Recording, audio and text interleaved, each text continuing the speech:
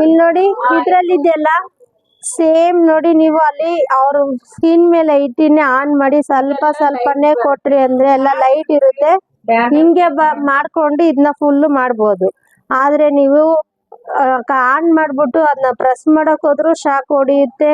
ಇದನ್ನ ಹುಷಾರಾಗಿ ನೀವು ಹ್ಯಾಂಡಲ್ ಮಾಡ್ಬೇಕು. இதுல என்ன பெனிஃபிட்னா நீங்க ஸ்டெர்லைஸ் பண்ண வேண்டியதில்ல.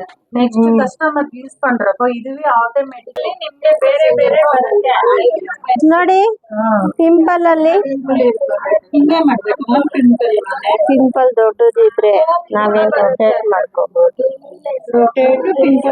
ತುಂಬಾ ದೊಡ್ಡದು ಪಿಂಪಲ್ ಇದ್ರೆ ನೋಡಿ ಬರೀ ಅವ್ರಿಗೆ